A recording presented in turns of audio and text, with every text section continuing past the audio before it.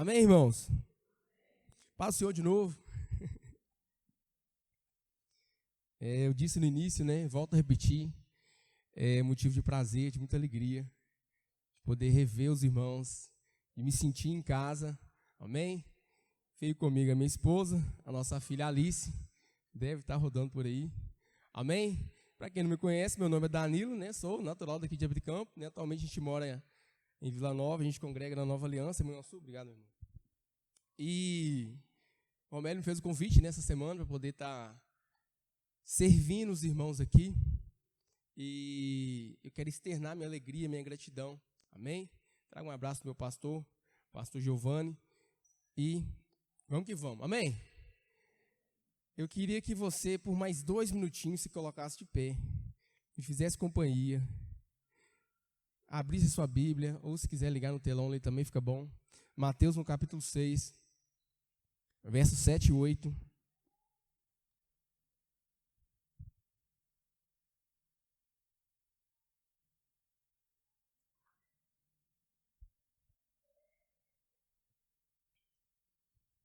Amém, irmãos? Quem não achou, pega a carona com a tela lá. Diz assim, Mateus capítulo 6, verso 7. E orando, não useis de vãs repetições, como fazem os gentios, que pensam que por muito falarem, serão ouvidos. Não vos assemelheis, pois, a eles, porque o vosso Pai, repete comigo, o vosso Pai, agora você vai falar assim, o vosso Pai sabe o que vos é necessário, antes de vós lhe pedires. Na outra versão, o finalzinho diz assim, não sejam como eles. Eles quem? Os gentios. Pois o seu Pai sabe exatamente do que vocês precisam, antes mesmo de vocês pedirem. Amém? Curva sua cabeça comigo, feche seus olhos. Deus, nós te agradecemos pela tua palavra, porque ela é sua e a promessa sobre ela é de que ela jamais voltaria vazia. Então, Deus, eu te peço que o teu Espírito Santo abra o nosso coração e a nossa mente, para que a tua palavra, Deus, ganhe espaço, para que essa semente lançada, Deus, encontre uma terra fértil e germine, Deus, em nome de Jesus, Pai. Nós te damos liberdade para agir nos nossos pensamentos, no mais íntimo do nosso ser, Deus, que é o que a tua palavra nos diz em Hebreus, que ela é apta para discernir os pensamentos, dividir a alma e o espírito. Deus, nós te damos essa liberdade em nome de Jesus nessa noite. Amém. Você pode se sentar. Aqui nós temos um trechinho, né, daquilo que nós intitulamos como o Sermão do Monte, né? É quando Jesus está lá, quase que instaurando a legislação do reino. E aí a gente vai ter uma série de ordenanças de Jesus, uma série de orientações da parte do nosso Messias, do nosso mestre. E aí a gente vai ficar hoje com esses 2 versículos no capítulo 6, versículo 6, do versículo 7 versículo 8. E aí Jesus, você pode deixar para a gente o versículo na tela, fazendo favor? E aí Jesus, ele é muito preciso no que está falando, né? Logo na sequência desses versículos, Jesus ele vai ensinar para a gente aquilo que é a oração modelo, né? Que nós chamamos de o Pai Nosso. Amém? Vocês estão aqui? E aí Jesus orienta da seguinte forma, olha, quando vocês forem orar, vocês não devem orar como oram os gentios, como oram os pagãos. Por que nós não devemos imitar esse modo de orar? E aí Jesus vai explicar, ele fala assim, porque os gentios, eles usam de vãs repetições, então eles vão repetindo, eles vão falando, eles vão repetindo, eles vão falando, porque na cabecinha deles, eles pensam que se repetirem muitas vezes a mesma coisa, aquilo que eles desejam, por fim, Deus vai atender. Eles vão repetindo, e aí Jesus é muito preciso, que ele diz que além de ficar repetindo, repetem palavras vãs, expressões vãs. E aí Jesus faz alusão, Jesus faz uma comparação, Jesus dá um alerta para aquilo que estava rolando no momento. De maneira contemporânea, o que estava acontecendo aqui nesse tempo, nesse período, a história vai contar, os historiadores vão confirmar isso, que eram encontrados muitos rolos, muitos artigos que eram escritos por magos, por mágicos, gregos, E o que esses caras faziam? Eles começavam a escrever nos seus papiros, escreverem as suas ideias, as suas ideologias. E como eles não tinham muito conteúdo, eles começavam a inventar palavras sem sentido. Eles inventavam uma palavra bonita lá. Quem aqui já ouviu falar na palavra abracadabra? Eu falar? Não é muito usado contemporâneo hoje, né? Tal. Até né, no setor dos mágicos, quem trabalha com esse tipo de arte, usa muito abracadabra. E talvez, é quase comprovadamente 100%, que a origem dessa palavra é mais ou menos dessa época. E essa palavra é de origem gentia. Eram os gregos que tinham esse costume de falar, assim como outras palavras. Então eles inventavam uma palavra, aquilo soava bacana. Eles falavam assim, nós vamos repetir esse negócio aqui até alguma coisa acontecer. Imagina o culto deles, abracadabra, abracadabra, abracadabra, abracadabra, fecha cadabra. Era mais ou menos isso. Aí Jesus fala assim, olha, vocês não devem orar dessa maneira, vocês não devem ficar usando de vãs repetições, pedindo, falando, sem saber muito bem o que está falando. Na verdade, a psicologia hoje até consegue classificar esse tipo de ação.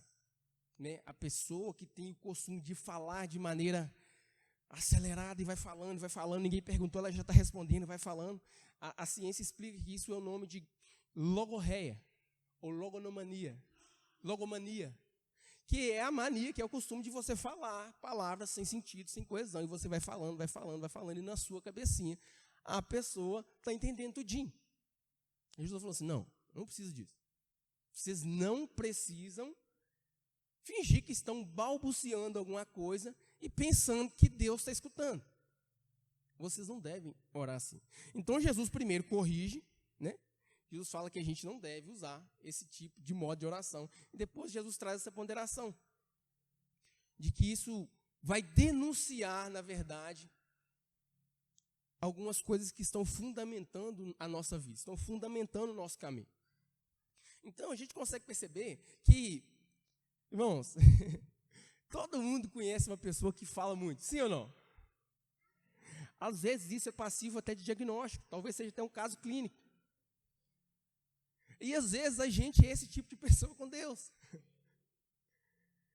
Sabe, às vezes a gente não sabe muito bem o que falar, a gente começa a falar, Deus fica com Deus em nome de Pai, Deus, a gente começa a falar, como se Deus estivesse entendendo alguma coisa. E talvez esteja. Eu já estou falando assim, vocês não precisam orar assim. E é por isso que lá nos versículos posteriores, Jesus vai ensinar para a gente a oração do Pai Nosso. Amém? E aí, esse tipo de comportamento, né, de às vezes falar demais, de às vezes falar coisas sem conexão, isso vai denunciar alguma coisa. Normalmente quem fala muito, quem se expressa de maneira assim, acelerada, de maneira exorbitante, normalmente está faltando um pouquinho de certeza no que está falando. Talvez a pessoa não está dando muita fé naquilo que ela fala, e aí para tentar reafirmar, para tentar fazer aquilo parecer uma verdade, ou fazer aquilo parecer algo lógico, ela começa a repetir, e vai repetindo. Mas na verdade isso vai descredenciando aquilo que está sendo falado. Vocês lembram daquele ensinamento de Jesus? Quando ele diz assim, olha, que sejam a ação, a atitude de vocês, assim, ó, a resposta de vocês, sim, sim, não, não. Se é sim, é sim, se é não, não tem que ficar esticando o assunto demais.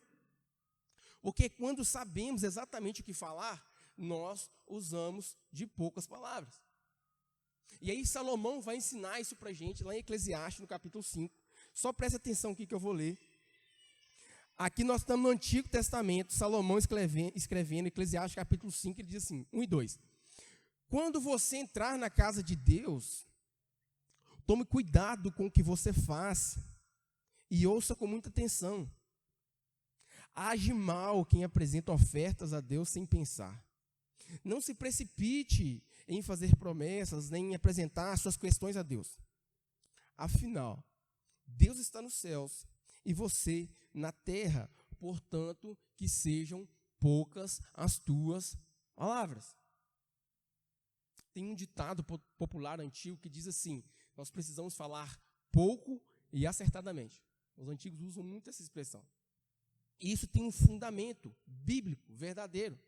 Porque esse falar muito vai denunciando, talvez, que aquilo que nós estamos falando, que não está muito coerente. Talvez se falar muito vai denunciar uma fé que não é tão genuína assim, que não é tão pura assim. Além do mais, uma outra questão. Quando nós não temos muito o que falar, nós começamos a falar coisas sem sentido. Porque a psicologia, ela explica isso também. Porque quando a gente começa a falar muito, isso começa a aliviar a tensão que está dentro da gente.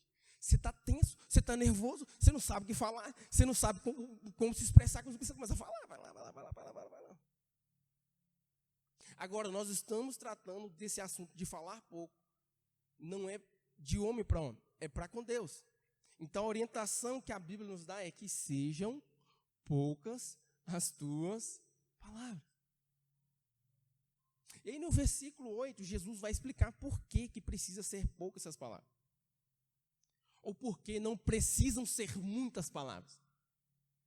Aí, o versículo 8, Jesus vai falar assim: porque antes mesmo de você orar, de você falar qualquer coisa que seja, o seu Pai sabe da sua necessidade. O seu Pai sabe da sua necessidade. Então, não se trata daquilo que Deus está entendendo. Porque sequer precisamos falar para que Deus entenda o que estamos precisando. Amém? Vocês estão aqui? Não precisa nem falar. Onisciente, Pai, conhecedor de todas as coisas. Emanuel está com a gente o tempo todo, então ele sabe de absolutamente todas as coisas que nós precisamos. Mas aí, esse muito falar, que vai denunciando para a gente, parece que surge dentro da gente um desejo de repetir, a fim talvez que a gente impressione Deus. Eu não estou falando das canções que a gente canta, que a gente repete 200 vezes, não, tranquilo, não é isso.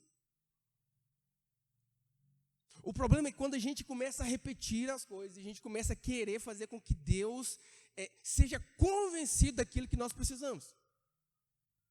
E aí eu quero trazer uma comparação muito simples, muito simplória, para aquilo que é nosso âmbito natural aqui. Estou com uma criança em casa de 1 ano e 6 meses. Ela já está começando a entender aquilo que pode e o que não pode. E aí quando eu falo com ela que não pode, ela fala assim, não pode. Mas ela faz. Aí quando a gente vai e corrige, o que a criança faz? Irmão? O que ela quer fazer? Ela quer dar o chilique, ela quer dar a pirraça, ela quer chorar, ela quer ficar puxando.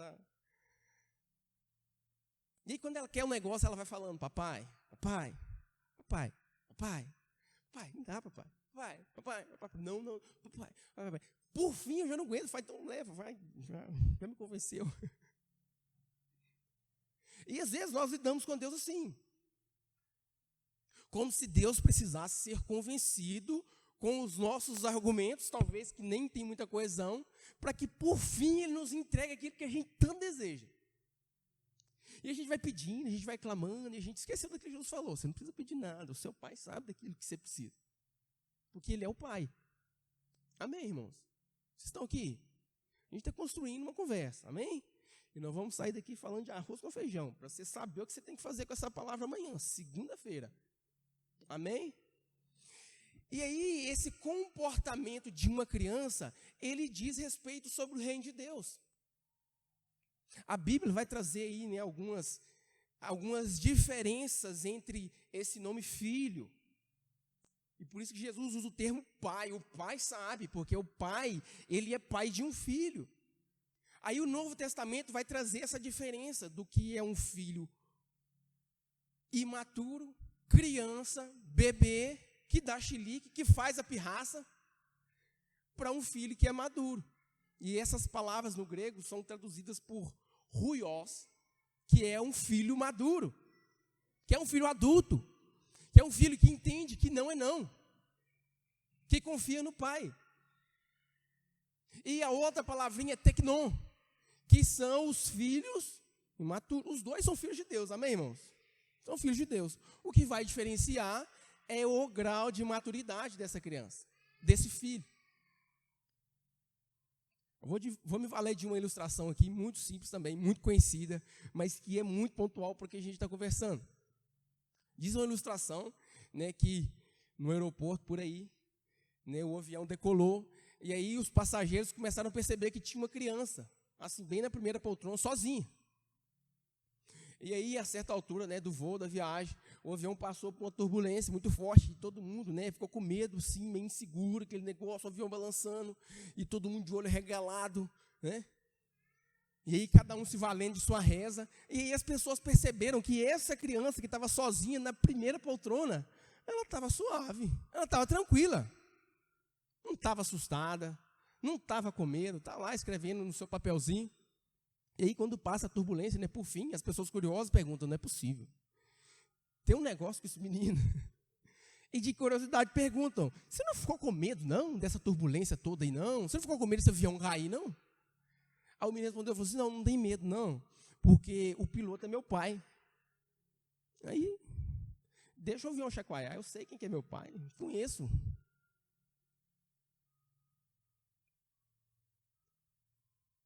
Amém, irmãos? Então, a nossa preocupação em tentar explicar para Deus aquilo que nós precisamos, talvez não tenha a ver com a nossa capacidade oratória, de falar, de se comunicar. Talvez só está faltando intimidade. Porque se houver proximidade entre pai e filho, essa relação entre pai e filho, vai ser preciso menos repetições. Quanto mais a relação estiver ajustada, menor a repetição. Aí a criança não precisou bater na cabine do pai lá e falar, pai, o que está acontecendo? Que esse avião está balançando? Não, ele cuida da gente, sabe? O pai está lá pilotando e a gente sabe que a gente vai pousar. Aí esse falar muito diante de Deus, para tentar convencer Deus daquilo que nós precisamos, tem a ver com essa imaturidade. Tem a ver com essa falta de conhecimento de quem Deus é. E aí a gente fundamenta a nossa relação entre filho e pai numa expectativa. Você quer explicar para Deus o que você precisa e você fica aqui, ó, com o dedinho cruzado, com a expectativa de que Ele vai te responder. Você fica contando os minutos. O Senhor não vai esquecer de mim. O Senhor não vai esquecer de mim. E aquele coração cheio de expectativa vai denunciando para a gente essa falta de maturidade. Porque a fé, irmãos, o que é a fé? Deixa eu abrir um parênteses aqui para a gente só relembrar aquilo que a gente já sabe. Amém? A partir do momento que a gente ouve, que a gente dá ouvidos à palavra de Deus, é desenvolvido dentro do nosso coração fé. É o que Paulo ensina aos Romanos. A fé vem pelo ouvir e ouvir a palavra de Deus. Amém? Então, quanto mais ouvimos a palavra de Deus, mais meu coração está cheio de fé. E fé não é traduzido nessa expectativa. O que Hebreus capítulo 11 fala? A fé é uma convicção, é uma certeza. Então, se a gente se achegar até Deus para tentar convencer Ele de que nós precisamos, com a expectativa de que um dia receberemos, provavelmente nós não receberemos. Porque isso não traduz fé. Isso traduz qualquer coisa. Reza, crença, rito. Mas isso não traduz fé, porque fé é convicção. E aí a convicção é esse menino respondendo. Eu tenho certeza, eu tenho convicção de que esse avião vai pousar em segurança, porque o piloto é meu pai. E eu conheço ele. Talvez vocês não sabem nem o nome dele, mas a gente almoça junto, a gente vai passear junto. Ele brinca de bola comigo. Ele me pega no colo, eu sei quem, eu conheço o meu pai. E isso vai mostrar para a gente de que nós não precisamos convencer a Deus com os nossos melhores argumentos, as nossas frases mais bonitas, porque a gente fica nessa expectativa, né? Fala assim, não, vamos tocar aquela música, vamos fazer aquele arranjo, vamos ler aquele texto, irmão, que é batata, o fogo vai cair. Como se Deus estivesse lá assim, não. Na hora que o Jean fizer essa virada, eu não aguento, eu não resisto. Na hora que esse menino soltar a voz, eu não vou aguentar. Não é assim? Parece que a gente está lidando com Deus assim. Não, se a gente for arrumadinho, domingo à noite, 7h30, juntar todo mundo lá dentro daquele quadrado, não tem como, Deus derrete, é picolé no sol, ele não vai aguentar. Aí ele vem e fala assim, não, eu vou lá e vou abençoar todo mundo, eu vou entregar, todo mundo quer. Não, irmãos, esse Deus, ele está aqui só na nossa imaginação. É o que a Bíblia nos ensina, que nos últimos tempos, as pessoas fariam do seu ventre o seu Deus. Então a gente trata Deus como Papai Noel. A gente não sente a responsabilidade de filho, a gente só quer ser beneficiado. E aí a gente fica nesse frenesi em busca daquilo que precisamos, quando na verdade o nosso Pai sabe. O nosso Pai já sabe. Não tem como a gente surpreender Deus, irmãos. Não tem como a gente surpreender Deus. Porque esse Deus que às vezes a gente forma na nossa imaginação, de que sai entregando tudo que a gente pede para a gente, no tempo que a gente quer, isso é um Deus com D minúsculo. Isso é uma farsa. Coitadinho de nós. Como diz Isaías, ai de mim, se eu recebesse tudo aquilo que eu peço para Deus, irmãos. Deixa eu fazer uma conjectura aqui. Imagina Deus no céu. Analisando as nossas listas de petições. Deus, eu quero, Deus me dá, Deus, eu preciso. Deus, amanhã, segunda-feira, o mês vai virar. Deus, eu preciso. Imagina, irmão. Deus, não, você não precisa nada disso, não. Você precisa de me conhecer. Porque é isso que Oséias traduz o seu relato no Antigo Testamento. Ele fala assim, nós precisamos conhecer e prosseguir em conhecer o Senhor. Porque se tão somente, irmãos, a gente conhecer quem é o nosso Pai, a gente não vai perder um minuto sequer da nossa oração para pedir Ele nada. Para pedir absolutamente nada. Não é isso que o Novo Testamento está falando e reafirmando aquilo que o Antigo dizia, que Deus cuida dos lírios dos vales, que Deus cuida das aves do céu. Como é que pode? O lírio brota no campo lá e a Bíblia fala que nem Salomão, o homem mais rico, já pisou na face dessa terra, se vestiu como tal. E no entanto, a flor está toda viçosa, bonita lá no campo. No outro dia está murcha e já não existe mais. Não falta casa, não falta suprimento para os passarinhos do céu, irmãos. E a gente fica tagarelando na cabeça de Deus, eu preciso, eu quero, eu necessito, Deus. Não, o nosso Pai sabe. Jesus está falando, o nosso Pai sabe. Amém, irmãos? Vocês estão comigo aqui? Vocês estão entendendo? De vez em quando faz assim com a cabecinha, para não saber que vocês estão entendendo. Amém? E aí Deus vai se valer de sua soberania para cuidar dos seus filhos. E essa soberania de Deus não pode ser manipulada. Não pode ser manipulada. O Novo Testamento vai dizer para a gente assim, olha, que a ira do homem não produz a justiça de Deus. O nosso chilique, a nossa birra, meu, se não convence Deus de nada. Não, que também se não me der agora, também não quero mais não, né? Assim, irmão. Isso denuncia só a nossa imaturidade. Isso denuncia o tanto que a gente ainda precisa prosseguir em conhecer o nosso Pai. Então, quanto mais estreita essa relação, menor vai ser a repetição. Menor vai precisar ser a reza. Amém? Menor a reza. Mas então, Danilo, Jesus está falando que a gente não precisa orar? Que a gente não precisa conhecer? Não. É exatamente isso que ele está falando. O nosso tempo de oração é para que a gente conheça a vontade do nosso Pai. Porque Ele já sabe. Amém?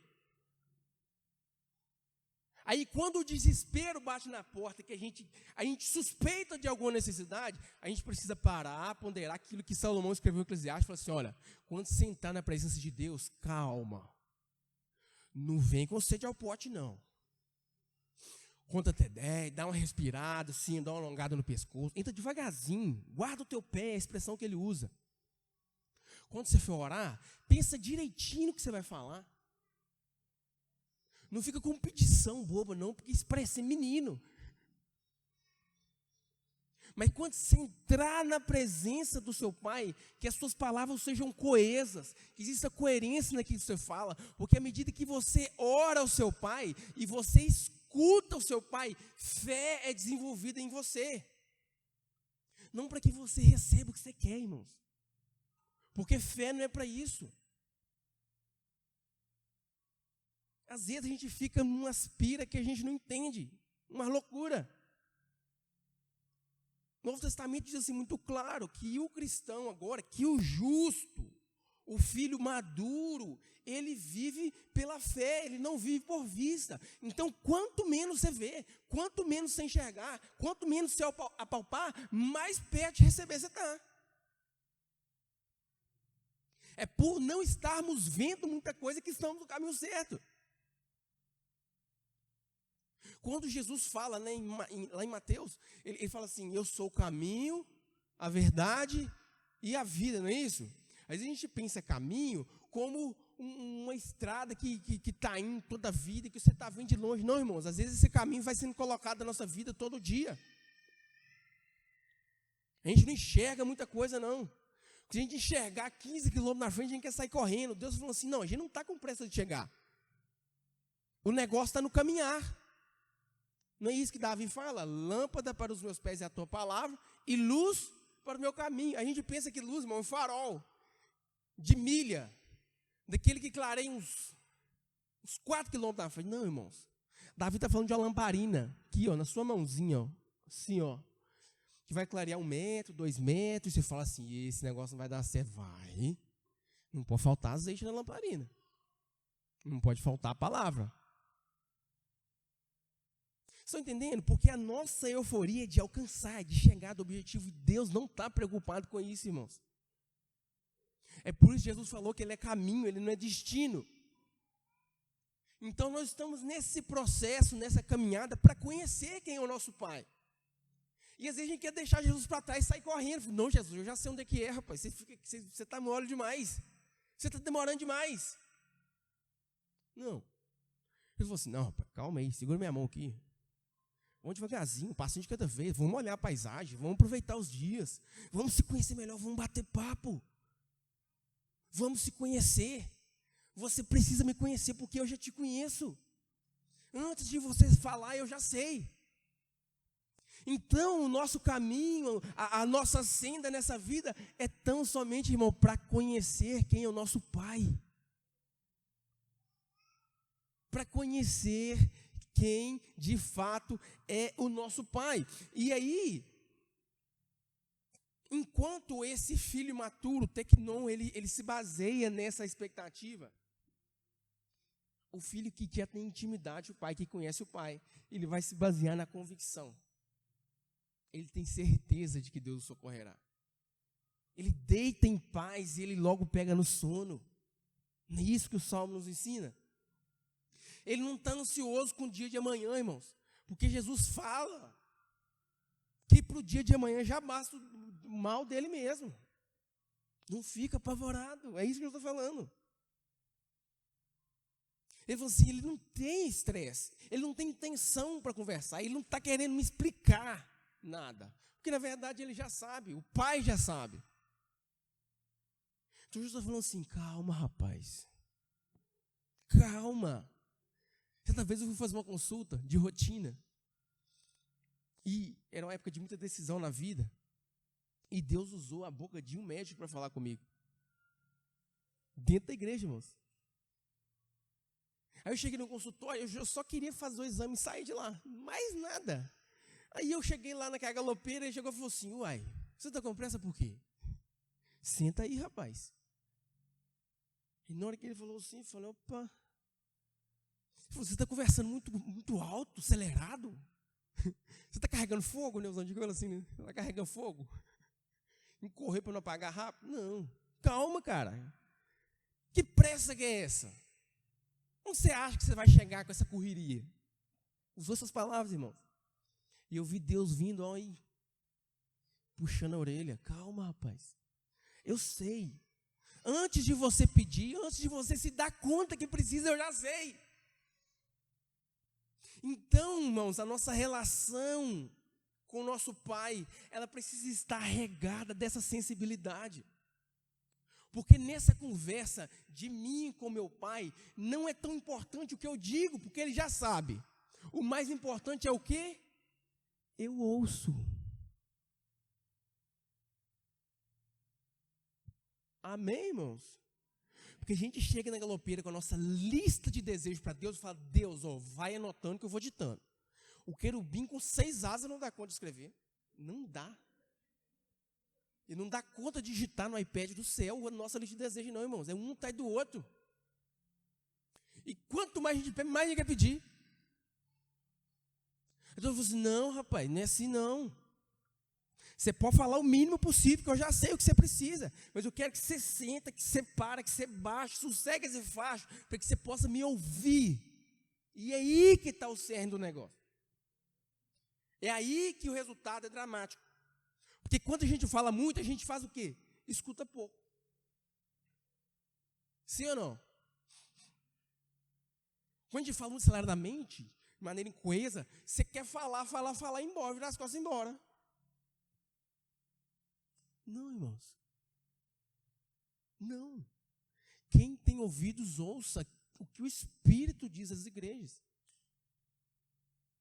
Então, Jesus pondera essa correria que a gente está inserida, é justamente para trazer para a gente sensibilidade, para devolver para a gente essa sensibilidade.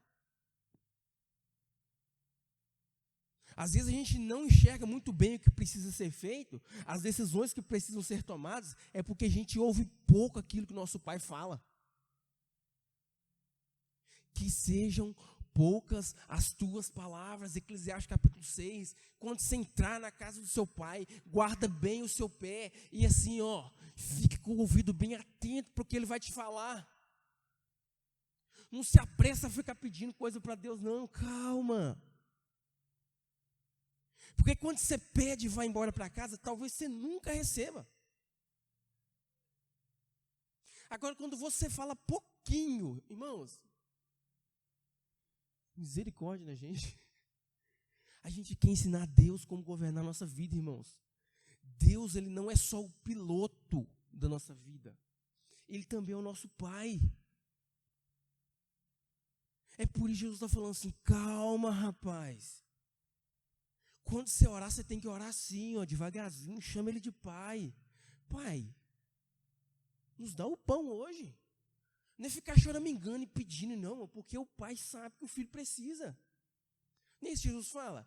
Que pai em sã consciência vai dar uma pedra para o filho que te pediu um peixe? Quanto mais o seu pai que está nos céus. Quanto mais o nosso pai que sabe.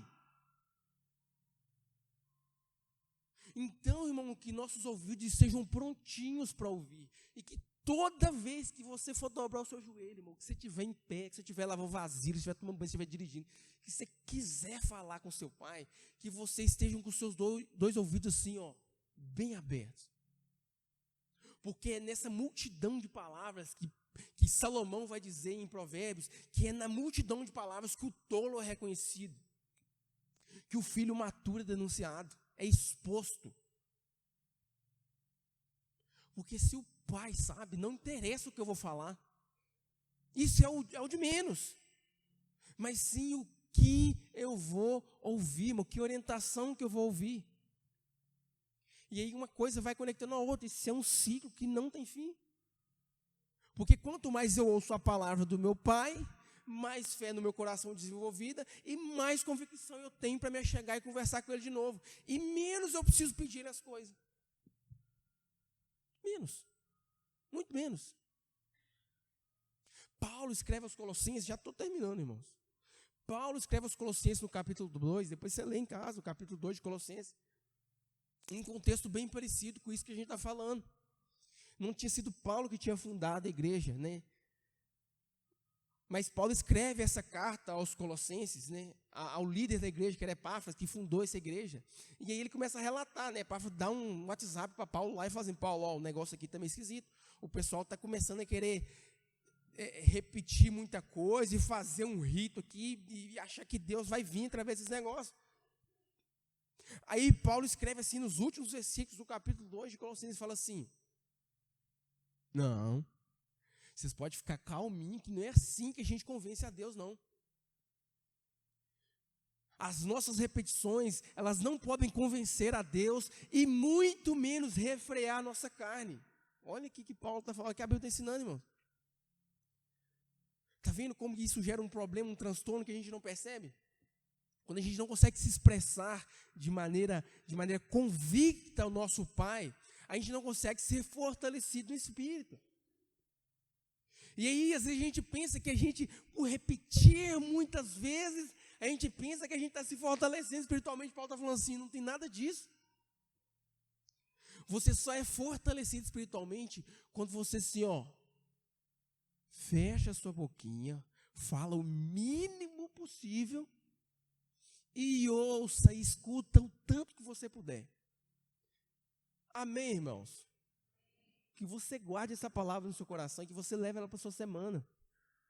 Sabe por quê? Porque a voz do Senhor ecoa em toda a terra.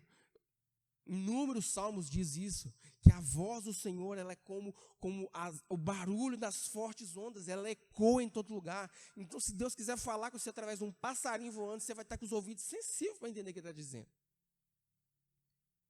E se Deus quiser falar com você através do despertador do seu celular, que vai tocar amanhã cedo, ele vai falar e você vai entender.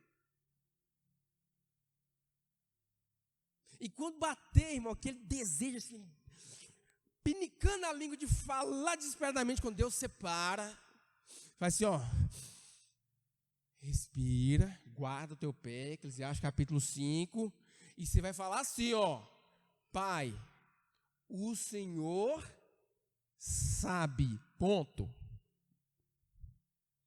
Não precisa falar sabe, explicar o que é. Deus só sabe, Deus a dor na perna, o Senhor sabe, Deus o carro quebrou, Deus o Senhor sabe, Deus só sabe, Senhor, o Senhor sabe. Deus, não é assim? Não. Deus, o Senhor é o meu Pai e o Senhor sabe. Amém, irmãos? Desenvolver essa fé, desenvolver esse costume, essa cultura de se relacionar com o nosso Pai.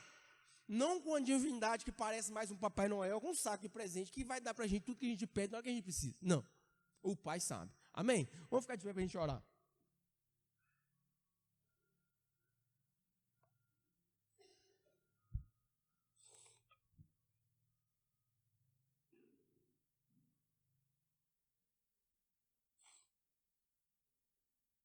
Amém, irmãos? Vocês entenderam o que foi falado? Amém? Então a gente vai orar em cima dessa palavra, que é a autoridade máxima nesse lugar, que é a palavra de Deus. E você vai orar e pedir para Deus despertar sensibilidade no seu coração. Para que quando você orar, você não fica falando um monte de coisa sem sentido, porque o seu Pai sabe. Amém? Eu queria que você orasse por você mesmo nesse momento. Amém? Deus, nós te agradecemos pela tua palavra, pelo privilégio de ouvir a tua palavra, de aprender, Deus, do teu reino. Nós te engrandecemos, Deus, porque a sua palavra é viva e ela gera fé nos nossos corações. A tua palavra, Deus, jamais vai voltar vazia. E as sementes, Deus, que são a tua palavra, Deus, elas germinam nos corações que tem, Deus, um solo fértil. E, Deus, é nessa convicção que nós oramos, te pedindo, Deus, que o Senhor venha eternizar essa palavra no nosso coração, Deus, porque ela não é minha, ela é do Senhor, e que essa palavra, Deus, encontre um lugar na nossa consciência, Deus, o mais profundo da nossa mente, para que a gente descanse verdadeiramente no Senhor e confie de maneira, Deus, convicta de que o Senhor sabe de todas as coisas, de todas as pessoas, Deus, não existe novidade para o Senhor. Então desperta no nosso coração, Pai, um desejo de falar contigo, para te conhecer. Não, Deus, para sermos beneficiados por aquilo que o Senhor pode nos dar, mas porque o Senhor é o nosso Pai, o Senhor é o piloto da nossa vida, da nossa existência, o autor de toda a nossa existência.